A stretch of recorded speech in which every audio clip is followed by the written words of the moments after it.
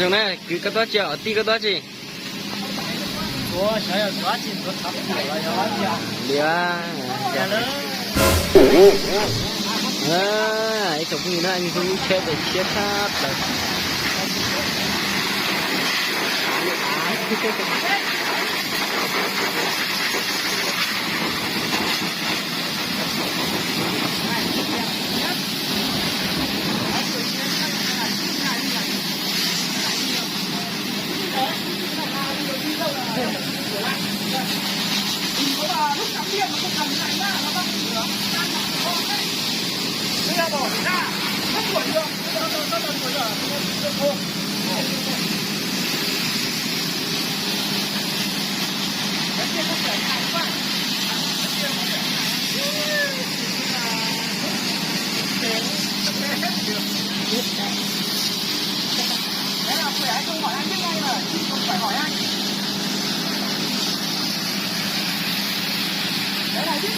Bỏ xa nó chụp cái gì nó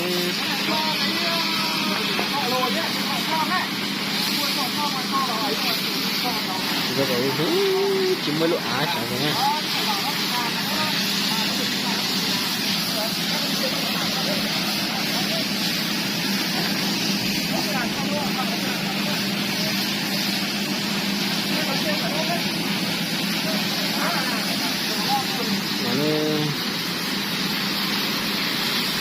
Tôi đã để chuột tìm một chỗ á.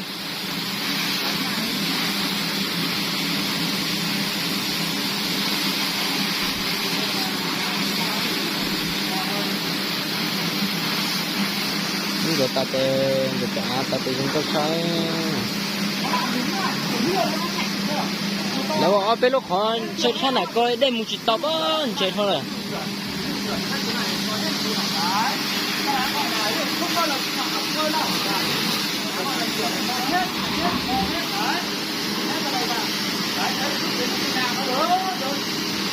Nó làm mà chúng nó phải có máy rửa này chúng nó như này nhé, chứ còn để mình kia là nó không làm tốt cho mình đâu. Để mình thấy nhá. Hấp tới để mới chỉnh được tiền rồi đây. Chúng câu cởi từ sẽ chia thế à? Đồng.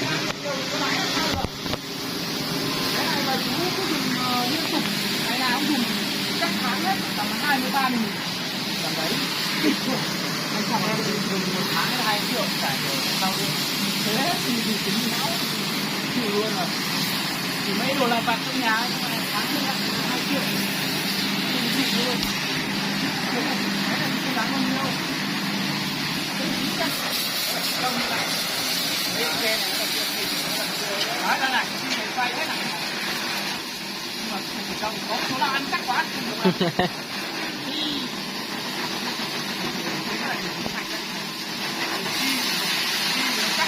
Chắc là rơi chi này rơi không. Cái chi này thì chắc là cái còn con. Có cái này. Ơi. Nửa gầm rất chân luôn. Quá khỏe luôn. Hết rồi. Đấy cái con đánh đấy con.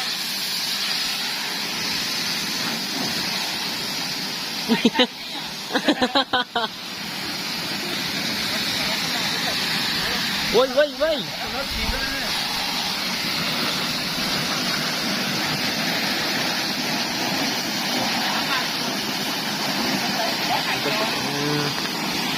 Đây kita lihat ini, kita lihat chỉ vào các hai đi, chỉ vào cửa liền nó dừng câu cơ liền. Cái này mà trời muốn lấy hôm nào trời to thì sửa, nó gọn xong rồi mình sửa. Giống như cầu được khỏi này của nó, đây là chỉ đi chạy cơ.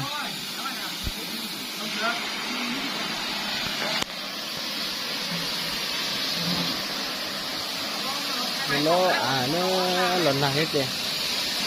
Nó chúa tiền của các tính cơ phải làm sao chứ.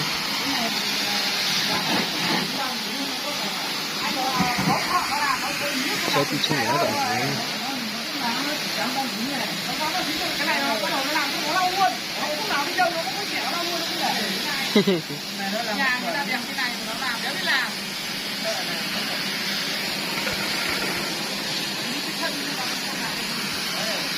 cầu biết lên là cầu thang biết nhau hết. Đây thì nhà em cầu thang bẩn ấy là bẩn. Đấy cái đấy. Ô cái này kìa. Giờ bác chúa thứ để cho món giọt ta cái gì hụt nữa. Nó thì một cái hộp chế này vậy. Một cái hộp chế.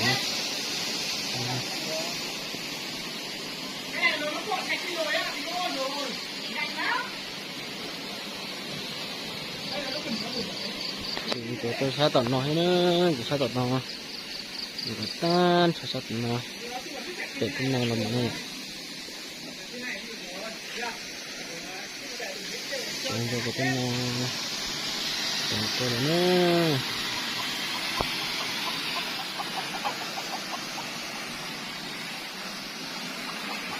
cái này chỗ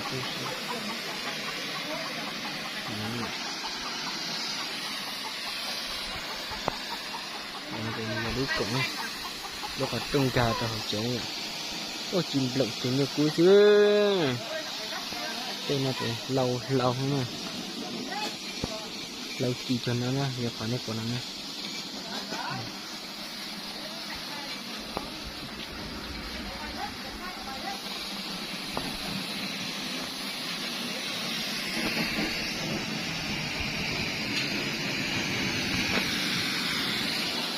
rồi tết tân mà nó để tắm chi cũng có không,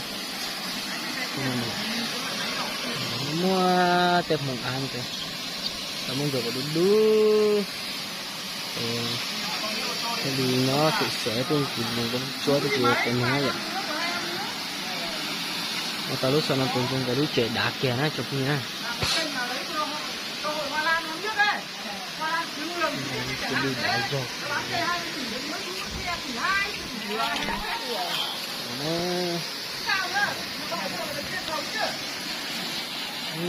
Cậu hay phải lấy nó, cái này lú trẻ này vậy.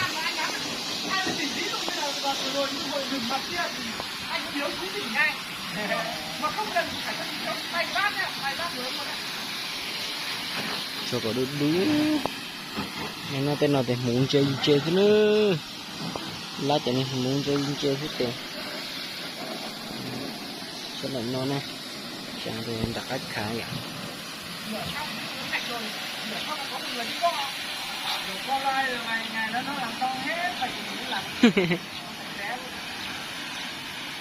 Đi lúc mạnh của tiền vào cái tiếng đi mà mạnh của xem.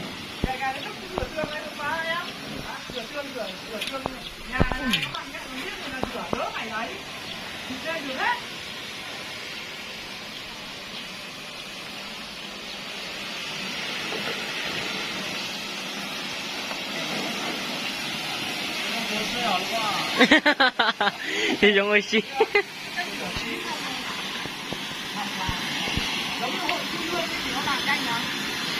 cái này là tí tranh từ miệng tính mẹ nè hoặc cợt theo cái này là hôm nào nó cọ đi rồi à, nó trắng cút này là chỉ chú đi một lượt thôi mà nó hôm nay là nó đang cái đỉnh một lượt như này này.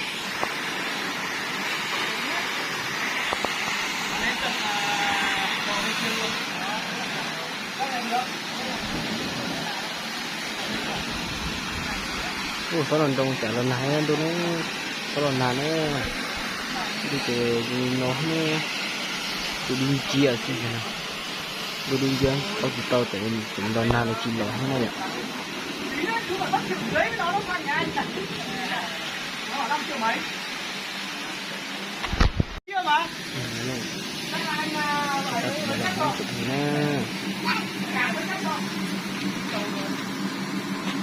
nó mạnh nhá phải nó lấy sụp như thế này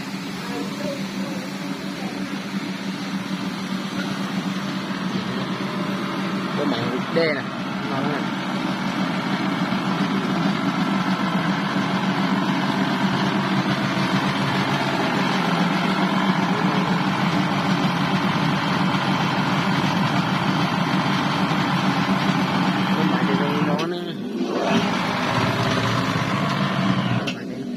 bây giờ nó cũng nó được tà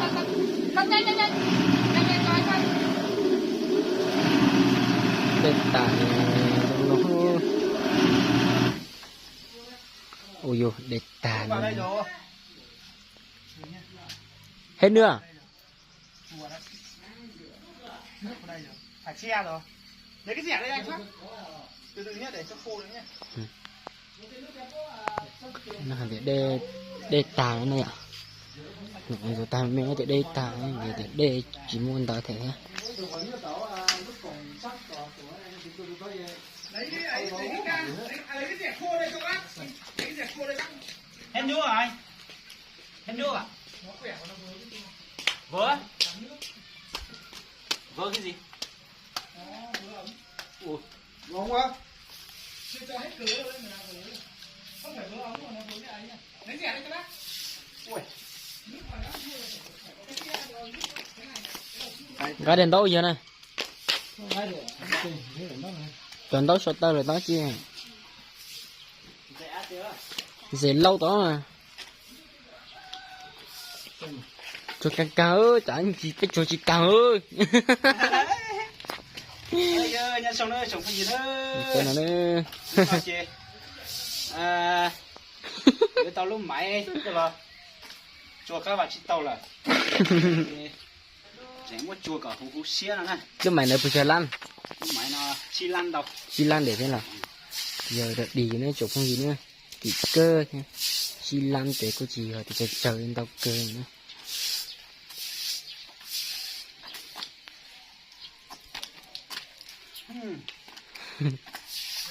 có tao hú được tiền nữa chẳng có gì nữa máy lô hàng đấy mua giòn thì chật cơ cơ thì chạy cơ là sao nó sao nó chung khi nó sao nó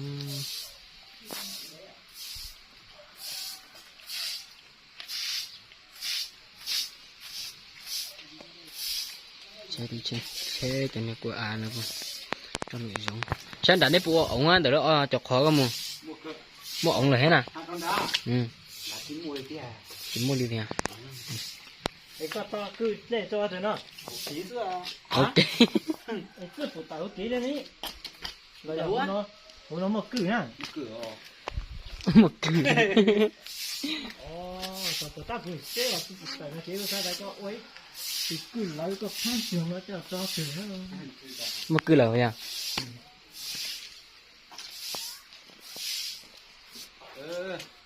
tao thì ăn du đủ giòn rồi có cái làm cũng một đủ giòn thôi để cháu ơi mày hãy luôn đây xem đừng biết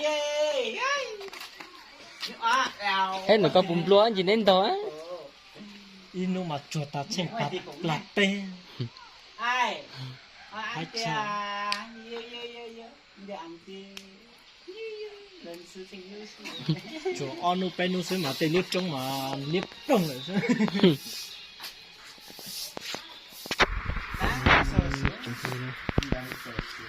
cho tao hú cơn cậu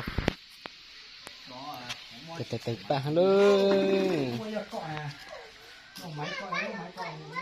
chứ máy cọ nó xuống ở nó phải cái nó mới phải bàn cọ máy cọ rồi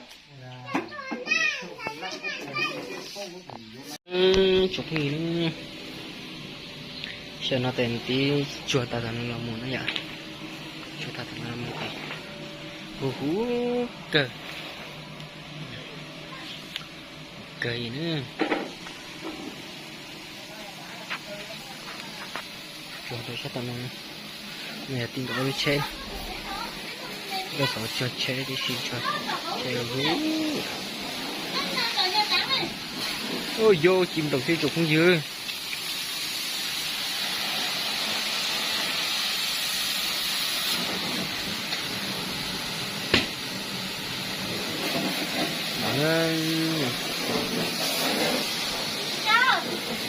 check cho này ạ em nói gì là tốt không ai tắt chị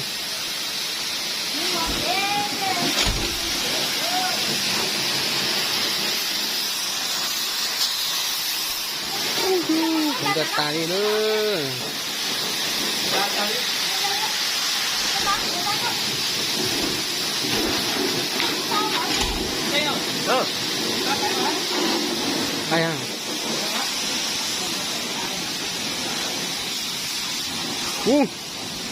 một nhà mà thua nhám bảo cơ rất đáng mà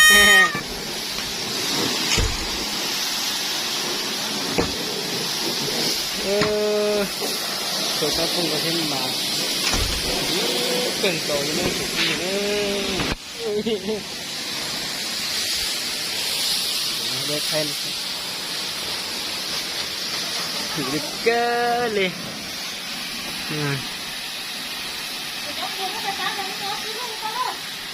có cô sao không hiểu chưa mình sẽ đi không có thể tiêu hụt gì đó rồi cái tiền nó cũng chỉ cần tiền bây giờ tôi biết số tiền nó cái sợi của tôi tiền giọt tay người ta cho mình hụt cơ hụt cơ đi ơi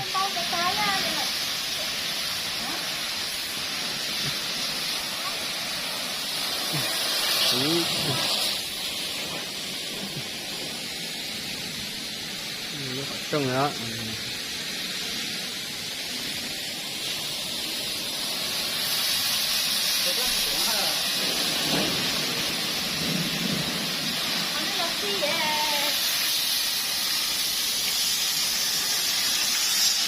mình để cơ thế nào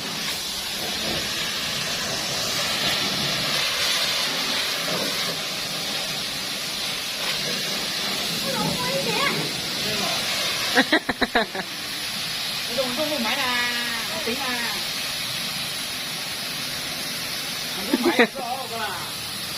rồi không chắc hổ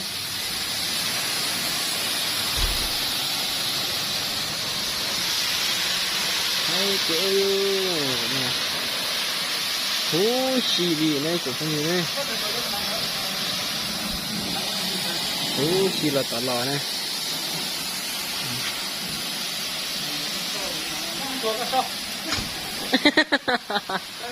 ít thế như trong chùa này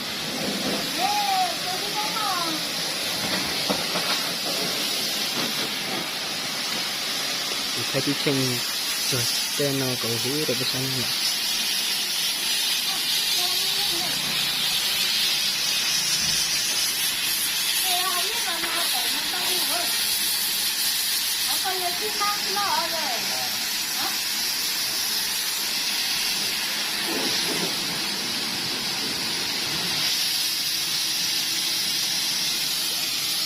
rồi lọt vào tên nó của đúng mình thấy dễ tầm sai thì nó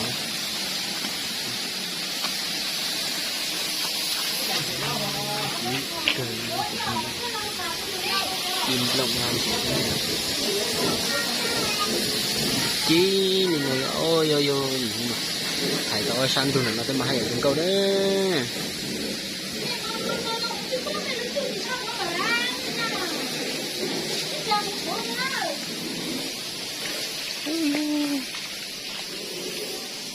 còn nó khỏi đây lòng này còn nó chắc đây lòng này học tay lu để lỡ giờ nó mà cái nào nó mới chụp tiền mà đây thì lòng tao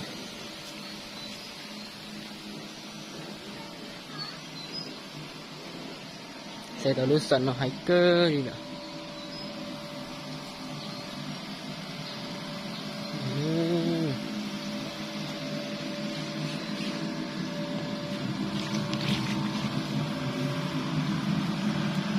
thay nó xoay chụp thì nó của mọi người thay nó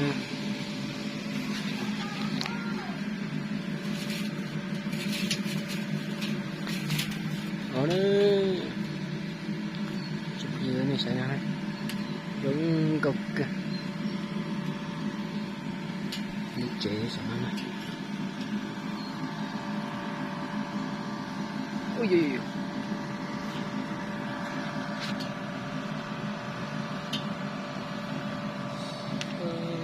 cơ một mũ cười tôi nó muốn trên chơi thứ chỉ khi nữa ôi tí chán tôi chuyện lần này là hả mà nó có lẽ khỏi nhập bỏ chụp khi nữa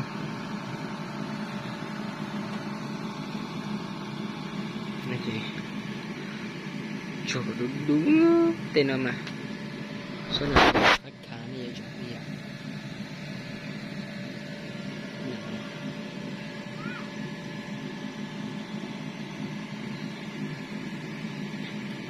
cho nó tới lại sạc cũng nó thấy tí vào bóng nà thế nữa lần nào thấy tệ chỉ không mình thay vì ở đó có thể là này chụp mình sẽ kịp nữa giống câu để khỏi này bọn nó này à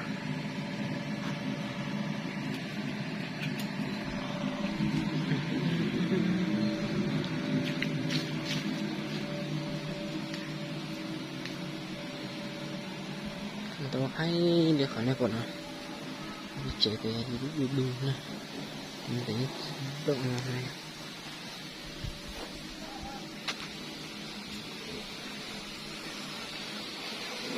xem là chúng mình chỉ có tính là ô bằng nào nó chuyện nó còn là tới tính chua này ạ rồi để chua tới để cho một thằng cô này tên này cậu tên này đây lại lưu lại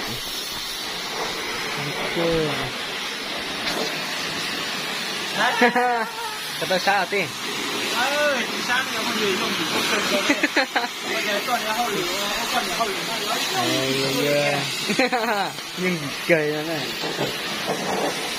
tao lúc nãy tao chế mà mình nhớ sao nó có á thế mà lại đi luôn ha hữu cơ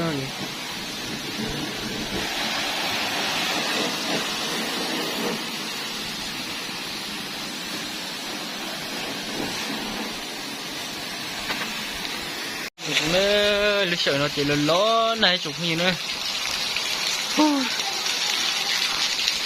lớn nào đây ạ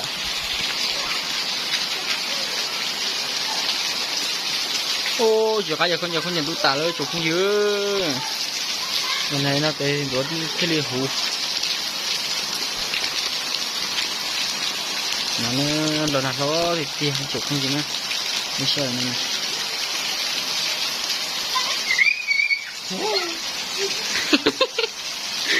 ôi chà có dùng đi con à ui gió lúc chế ra cho con gì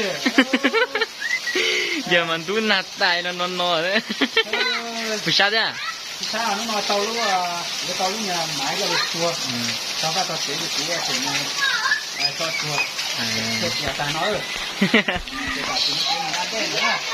mình đã đen đến đây à nào thôi chứ sao xếp khó tiền tôi nó nạt thua để thua là nó nạt chị nhìn tới chứ tôi sao thì muốn nó tí tới máu nó còn nào đi à nó này nó đi nó chứ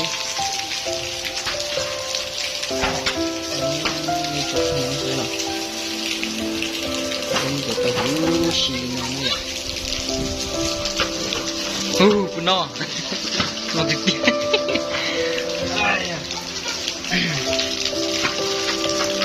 nó nặng rồi nó để đi cho nó tập luyện chứ nó dở gì kìa nó nặng cái thạch tới rồi đi chụp cái nó phải đi chụp